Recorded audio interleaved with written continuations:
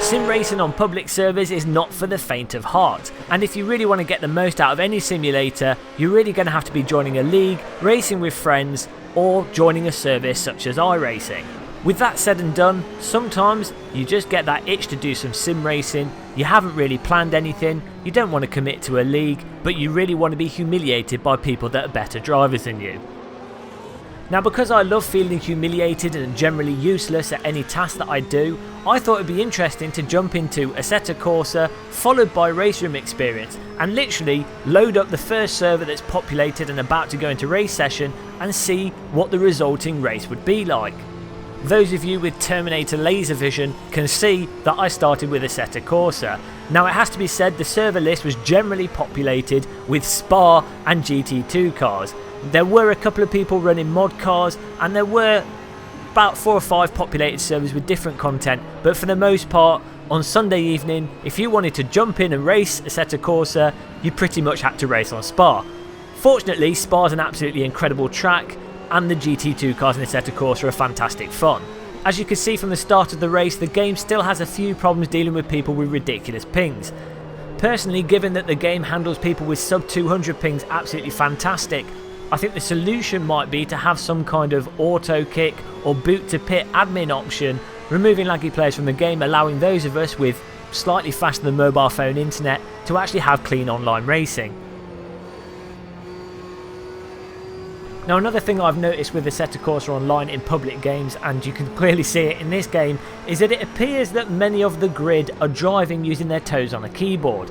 Now, this is good in some ways because it means that Assetto Corsa has been very popular, has sold well on Steam, and there's lots of people online to race against, but it's bad in that you're going to be smashing your face into your table at the start of a race trying to avoid all these terrible drivers. Now, if you do manage to get past all the terrible drivers or qualify at the front of the grid, I've actually found, and in the case of this game as well, you can get really enjoyable side-by-side racing because thankfully the decent drivers tend to be at the front of the grid, and maybe it's because the physics in Assetto Corsa are quite pliable and there's quite a lot of give on the limit, but you tend to get a lot of losing and reclaiming and side-by-side fights that are just really enjoyable, even in a public race setting where you might not expect to get that kind of quality racing. Though, having said that, if you do make car contact, there's certain occasions, largely dependent on people's pings, where the car will just go flying off the track, or you might get shunted a bit more than you might expect, which can then be a detriment to the side-by-side racing. So really, I think that's more dependent on people's pings, and kind of falls back to the first point I was making, that really Assetto Corsa needs some way to filter people out that don't have a good enough ping to be racing against. Other than that, I think the only real thing with the public server racing in Assetto Corsa that's lacking is it just needs that little bit more polish. For example, flags would be nice. When you finish a race, having the first, second and third driver, their icons presented on the screen in a more clear and sort of conducive way to showing off that you've just won the race. Just little bits here and there I think would make Assetto Corsa far more enjoyable when it comes to public server racing. But who knows, maybe with the UI tools, maybe people are going to set up their own custom servers or multiplayer systems, so we'll have to wait and see for that. But that is Assetto Corsa. Let's jump on over to RaceRoom Racing Experience. Immediately it's apparent that the netcode in RaceRoom Racing Experience is absolutely fantastic. I made this insane move at the start of the race, which I thought was stupid at the time. I probably wouldn't try it normally, but I don't know what I was thinking, and sandwiched myself like a piece of cheese in a sandwich, and went through the middle and didn't end up dying. Complete miracle. I'm sure the cars contacted a little bit, but it was absolutely fine, and it really is a testament to the quality of the netcode in RaceRoom Racing Experience. Now, in terms of the server list and getting going, there are plenty of races to pick from, and nicely they're on different tracks with different cars and different series. Now, the bad thing about that is that you really do need to buy all the tracks available on RaceRoom Racing Experience, and then you need at least one car from each series to be able to jump into anything and access stuff straight away. And personally, I'm really not a fan of the whole microtransaction breaking all content up. because as an end user you then have to consider what the best value option is. Do I need to buy all the tracks? Should I just get this? Should I just get that? And it just detracts from the sort of jump-in experience that RaceRoom, for the most part, offers better than any simulator ever has. Having said that, you can get the content for a good price. They do run regular sales, and they have been improving their interface when it comes to the acquisition of content. So I think it's going to get better in the future, and I don't think the pricing is bad. And it's nice that, you know, when you are buying content, you're actually sustaining the title, which ensures that it has a future and that the developer is going to keep working on it, with it getting better and better over time.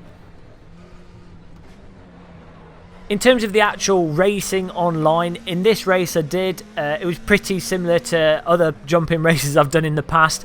The skill level varies. I don't think the lower end is as unskilled as the lower end in Assetto Corsa, but I don't think the top end races are necessarily as fast as the top end race in Assetto Corsa. In general, I think the grid is far less diverse, and you tend to get far more compact racing, with a lot of people sticking together in RaceRoom Racing Experience.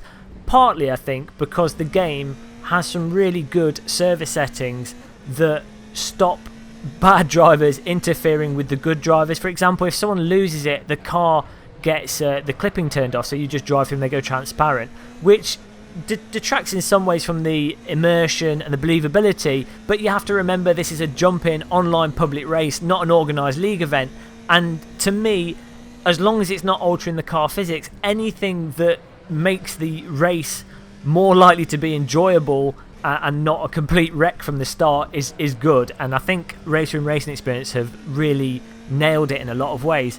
Another thing that they've included, which is really nice, is if you cut the track, they have a sort of engine limiting system with a timer that's based on how much you've cut the track by.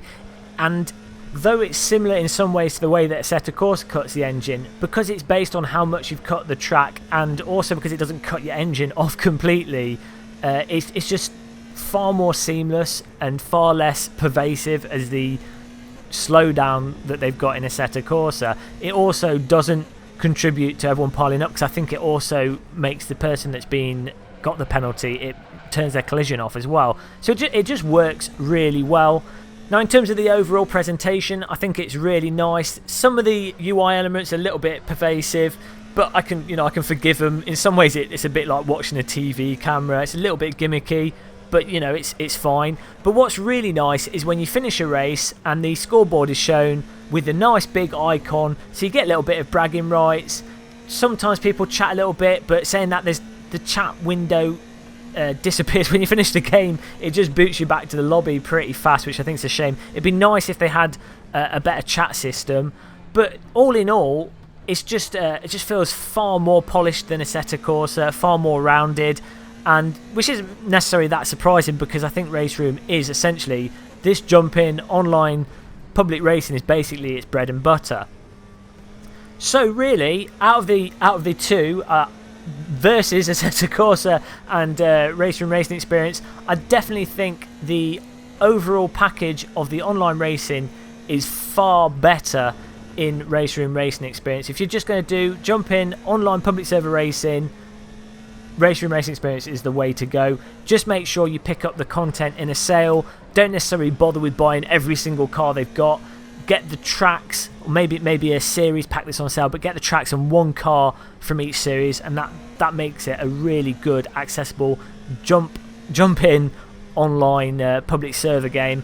Assetto Corsa, for me, and how I tend to play it now, is far better when you're just playing it with a group of friends that you know of a similar skill level, are going to be quite respecting and will follow the rules of the game. They don't have to have everything enforced by the server, and I think that's when Assetto Corsa really shines. Also, of course, you've got all the mods, and if you picked up Assetto Corsa in the sale, it's a really cheap game. Separate to the online jump-in play, you've then got the nature of the physics. The two games handle completely different. I'm not going to get into the argument of which handles best, which was more or less realistic. That's another video. We'll have to do that. Let's stir the pot. Let's get the sim wars going. Let's launch some nuclear missiles. But until then, for public server online racing, as I say, RaceRoom Racing Experience, definitely worth checking out. tell me why I got everything wrong in the comments, what was wrong with what I said, and then we can have a good argument. And please check out my Facebook page. I'll put a link to that underneath the video. Subscribe, like, share it with friends, all that business. And I'll see you in my next video. Goodbye. Please click the subscribe button and like the video if you liked it, or dislike it if you disliked it.